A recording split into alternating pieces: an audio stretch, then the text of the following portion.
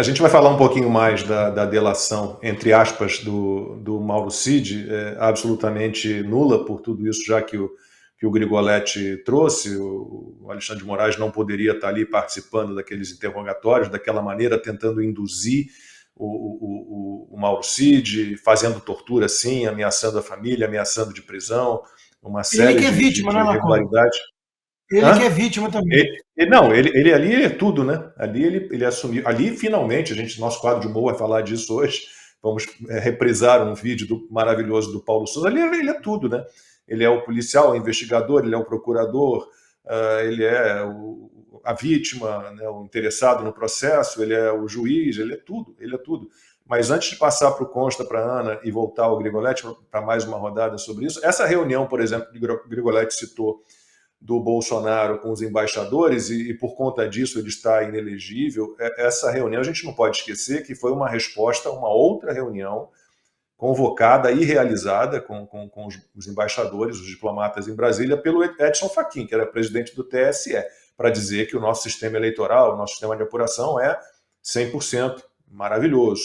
Né? Então, mas peraí, o presidente do TSE pode fazer, e o Bolsonaro resolveu convocar os mesmos embaixadores para ter outro tipo de conversa, e inclusive convidou o Edson Fachin a participar dessa outra reunião. O Edson Fachin disse que não poderia.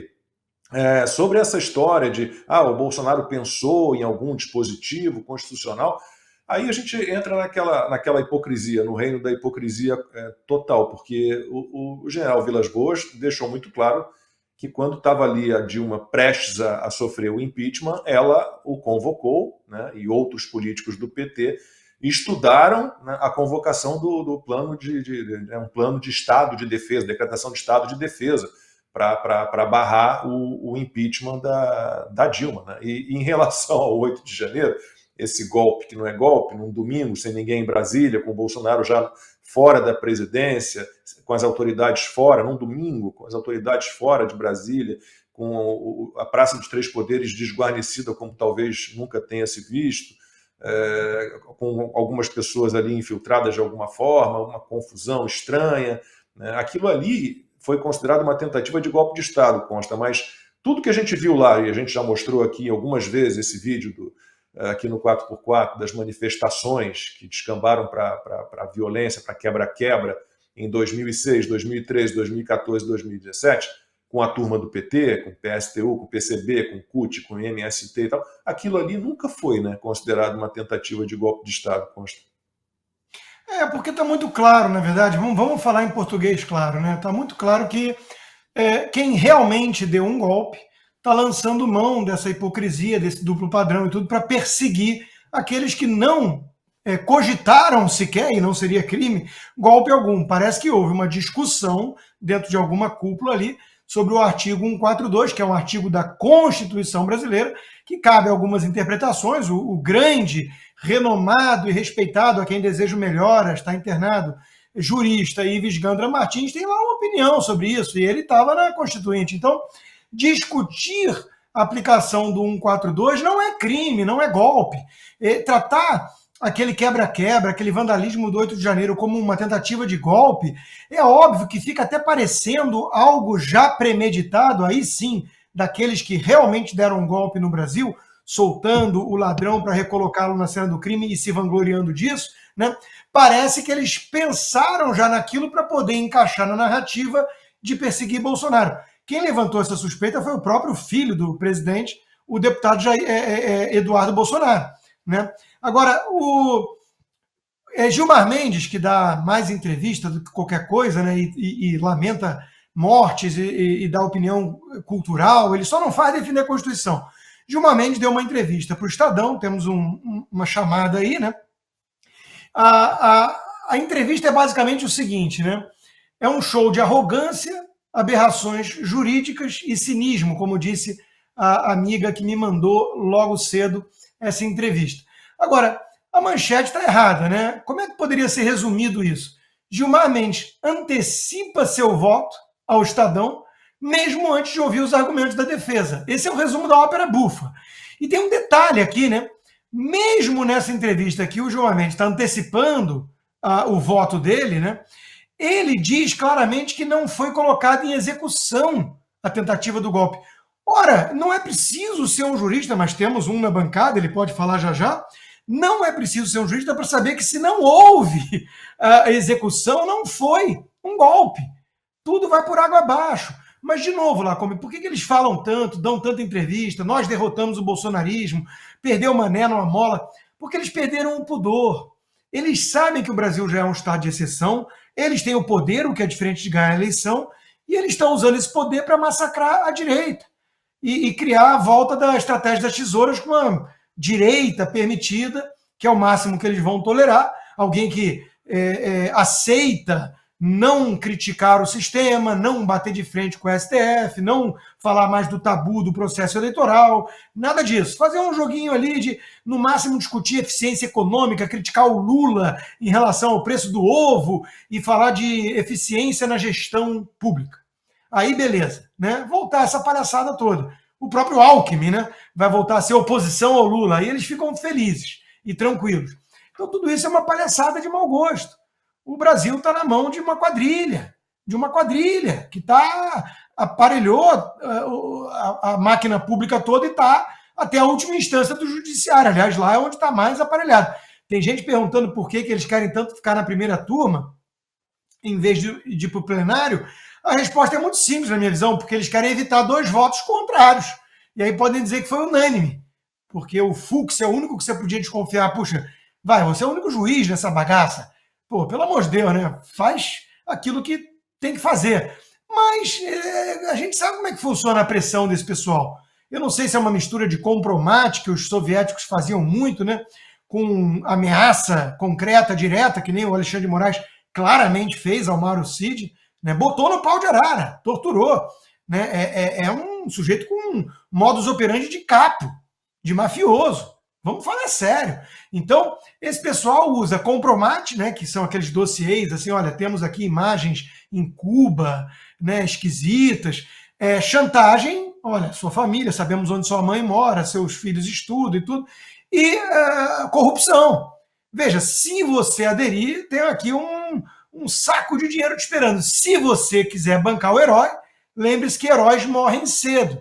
Né? Então, me parece meio óbvio quando a gente olha mudanças assim, guinadas de 180 graus de comportamento, desde jornalistas até juristas, né? Você olha, e políticos, você olha o pacote, assim, gente que estava de um jeito, né? País dos petralhas, Paulo Freire é um ideológico safado. De repente o cara, pô, viva Lula! É Lula! Né? Paulo Freire é um grande homem. Você olha e fala assim, pegaram alguma coisa desse cara. O sistema é bruto, companheiro. Então nós estamos lidando com uma quadrilha. Isso precisa ser dito em português muito claro, para que a gente não fique discutindo, às vezes, assim, vírgulas, né? E aceitando a premissa falsa de que nós estamos diante de... Não, outro dia eu vi até um amigo meu, né? Deputado de longa data da direita, falou, não, espero que deem o devido, o amplo direito de defesa, para que seja... Eu falei, para, né? Não vamos nem começar por aí. Olha só, esse é o pessoal que chama o Moro de suspeito, todo mundo é suspeito, menos eles. O editor da Nação, no mesmo dia dessa denúncia pitoresca, no mesmo dia o editor da Nação vai lá e apaga, editando, né, apaga todo o histórico da Lava Jato do Toffoli. Desculpa, Toffoli é o editor, do Palocci. Né? Então, é tudo uma piada de mau gosto. Os caras estão rindo, os caras estão debochando. Agora, está começando a haver uma reação aqui e acolá. Estados Unidos, aí um vira réu já em processo nos Estados Unidos. Essa é a nossa esperança, que o custo do sistema comece a ficar muito alto, que a coisa comece a ficar esquisita para eles na física, para os cúmplices todos, e que aí o sistema mesmo fale assim, opa, foi longe demais, não vamos virar Venezuela, que isso vai ter um custo alto para o Brasil, para nós mesmos, afinal de contas gostamos de flanar por Miami, lá no Sawgrass, perto do Constantino, adoro Nova York, tenho até apartamento milionário em Nova York, não quero ficar restrito a Havana e Caracas. Aí tem que começar a entregar uma cabeça ou outra, recuar. É a minha única esperança. E no Brasil, pressão nas ruas e Congresso tendo que agir depois de tanto tempo, hibernando como cúmplice desses golpistas de verdade. Porque, Lacombe, não dá para falar nada muito fora disso, né? eu gosto de português claro, eu não devo nada a ninguém, não tenho muito a perder. Então a gente está lidando aqui com bandidos. A gente vai falar daqui a pouquinho da delação do Mauro Cid. Estou louco para ouvir o Grigoletti sobre essa delação, esses vídeos que acabaram sendo liberados pelo Alexandre de Moraes, na mesma semana em que a gente teve isso que o Consta descreveu aí, o Dias Toffoli anulando todos os processos na Lava Jato contra o Antônio Palocci, anulando a delação do Antônio Palocci, porque o Antônio Palocci ele só confessou que recebeu um valor 333 milhões 590 mil reais. Puxa, o cara, né, foi ali pressionado, que a acusação, os procuradores, o Sérgio Moro, o torturaram e ele inventou este número de propina recebida e distribuída para políticos, porque realmente ele foi torturado, né, torturado pelo Sérgio Moro e os procuradores da Lava Jato. Ana, antes de passar para a delação do Mauro Cid, a gente viu aí o discurso do deputado Nicolas Ferreira, com quem eu encontrei até em Washington durante o CIPEC, também do deputado Zucco, né, protestando, fazendo ali o que podiam naquele momento no plenário contra essa denúncia patética do Paulo Gonet, mas o Marcos Cordeiro está aqui perguntando, né, por que o Congresso não reage a esses absurdos do STF? Cadê os freios e contrapesos? Quer dizer, saíram Arthur Lira, sabe aquelas coisas de futebol? Sobe a plaquinha, sai Rodrigo Pacheco, entra Davi Alcolumbre, e sai Arthur Lira, entra Hugo Mota e nada muda. Sai os 6 e entra o meia dúzia, né? É uma coisa assim. Lacombe, um ponto que a gente não pode esquecer, né? Porque é tanto nome, toda hora, né? É impressionante a velocidade das nossas páginas, dos capítulos da nossa política, que tem um nome que a gente falou muito e que agora a gente parou de falar, porque é Alexandre de Moraes. Mas a gente tem que voltar a falar de um nome que é o Rodrigo Pacheco, que é o grande culpado de tudo isso. É o grande culpado de tudo isso. Não, Ana, mas veja lá, o Alexandre de Moraes, ele é um tirano, ele tem a veia autoritária? Tem. Mas esse sistema de freios e contrapesos nós temos. E se chama o Senado. O Senado é a casa revisora do Supremo Tribunal Federal. Mas não tem voto para colocar para passar o impeachment de um ministro do Supremo Tribunal Federal. Não tem problema. Não tem problema não ter voto, mas essa ferramenta precisa ser acionada. E o Rodrigo Pacheco sequer pensou nessa ferramenta com tanto desmando. E aí, claro, o monstro tirânico Alexandre de Moraes só foi engordando, coisa de mafioso, como o Rodrigo Constantino disse, porque não tem outro nome. Só foi engordando e se achando, é o que eles chamam aqui nos Estados Unidos de entitlement. Começou a se achar porque ninguém me para, eu não tenho freio, eu não tenho contrapeso. Essa coisa de freio e contrapeso, isso aí é coisa para a república que dá certo. Eu não. Eu sou magnânimo. Não tem não existe ninguém nessa República Federativa do Brasil que possa me parar. E aí a gente cai naquilo que para mim é um ponto que em algum momento a gente vai ter que fazer pressão, que é a extinção do foro por prerrogativa de função. Às vezes esse sistema ele não é pressionado para um presidente do Senado, porque todos eles, na Câmara e no Senado, todos estão com uma corda no pescoço, por causa do foro por prerrogativa de função.